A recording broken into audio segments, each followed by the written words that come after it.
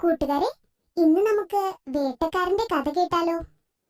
പണ്ട് പണ്ടൊരു കാട്ടിൽ 4 സുഹൃത്തുക്കൾ വസിച്ചിരുന്നു. കാക്ക, മാൻ, ആമ, ചുണ്ടലി എന്നിവരായിരുന്നു ആ 4 സുഹൃത്തുക്കൾ.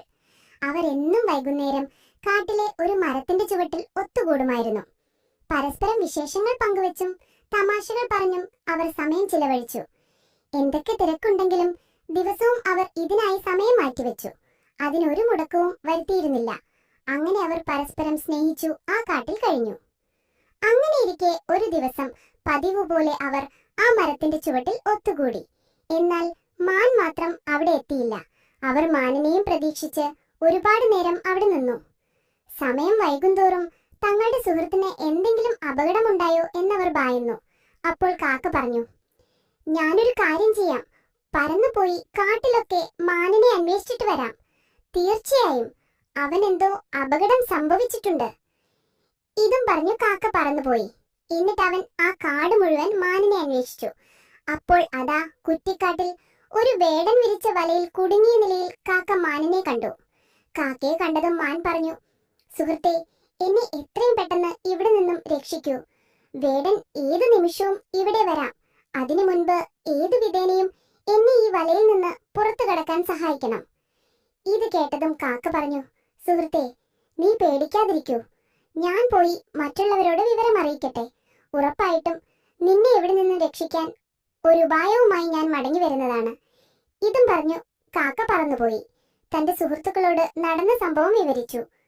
ഇത് കേട്ടുകൊണ്ടിരുന്ന ചുണ്ടലി ഉടനെ കാക്കയോട് പറഞ്ഞു, സുഹൃത്തെ, എത്രയും വേഗം മാൻ കുടുങ്ങിക്കിടക്കുന്ന സ്ഥലം ഏതാണെന്ന് പറയൂ.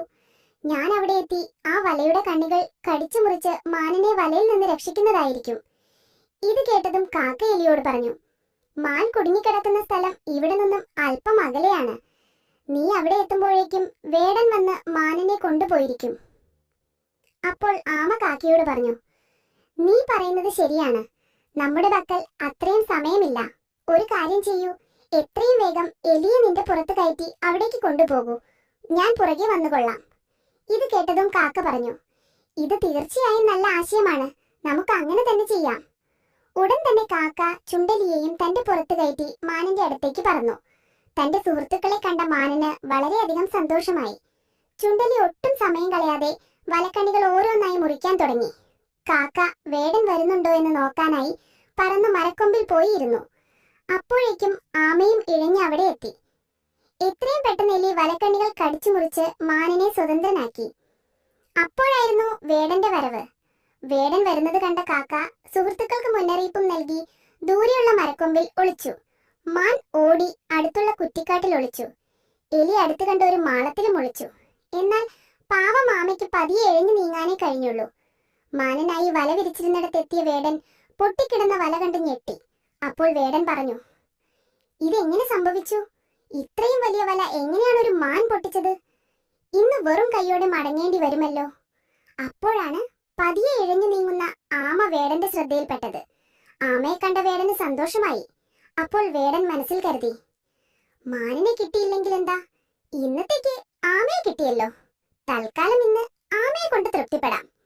അങ്ങനെ വേടൻ ആമയെ പിടിച്ച് തന്റെ കയ്യിൽ കരുതിയ സഞ്ചിയിലിട്ടു. അതിനെയും കൊണ്ട് യാത്രയായി. ആമയെ വേടൻ കൊണ്ടുപോകുന്നത് കണ്ട ആ സുഹൃത്തുക്കൾ വളരെയധികം വിഷമിച്ചു. ആമയെ എങ്ങോട്ടാണ് കൊണ്ടുപോകുന്നതെന്നറിയാൻ കാക്ക വേടനെ പിന്തുടർന്നു. കുറെ അധികം യാത്ര ചെയ്തപ്പോൾ ക്ഷീണിതനായ വേടൻ ഒരു തടാകത്തിന്റെ കരയിൽ വിശ്രമിക്കാനായി സഞ്ചി താഴെ വെച്ച് കിടന്നു. ഈ സമയം കാക്ക പറന്നു ചെന്ന് തന്റെ സുഹൃത്തുക്കളെ വിവരം അറിയിച്ചു. അവർ ആമയെ രക്ഷിക്കാൻ ഒരു പദ്ധതി തയ്യാറാക്കി. ആ പദ്ധതി പ്രകാരം മാൻ തടാകത്തിന് കുറച്ചകലെയായി ചത്തതുപോലെ കിടന്നു. എലി അടുത്തുള്ള മരപ്പൊത്തിൽ ഒളിച്ചിരുന്നു. കാക്ക മാനന്റെ അടുത്തായി ഒരു മരക്കൊമ്പിൽ ഇരുന്നു.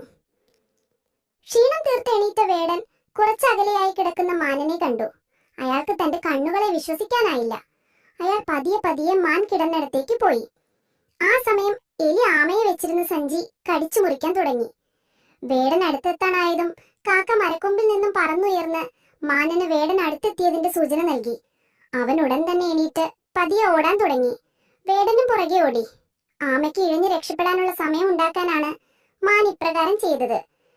സഞ്ചിയിൽ നിന്നും പുറത്തിറങ്ങിയ ആമ അടുത്തുള്ള കുറ്റിക്കാട്ടിൽ ഒളിച്ചു. ആമ രക്ഷപ്പെട്ടു എന്ന് ഉറപ്പായപ്പോൾ മാൻ തന്റെ ഓട്ടത്തിന്റെ വേഗത വർദ്ധിപ്പിച്ചു. അവൻ ഉൾക്കാട്ടിലേക്ക് ഓടി രക്ഷപ്പെട്ടു.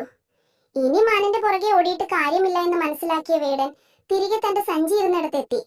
അവിടെ കടിച്ചു മുറിക്കപ്പെട്ട വെറും സഞ്ചിയാണ് വേടൻ കണ്ടത്. അവൻ ചുറ്റും നോക്കി. ആമയെ അവിടെ എങ്ങും കണ്ടില്ല.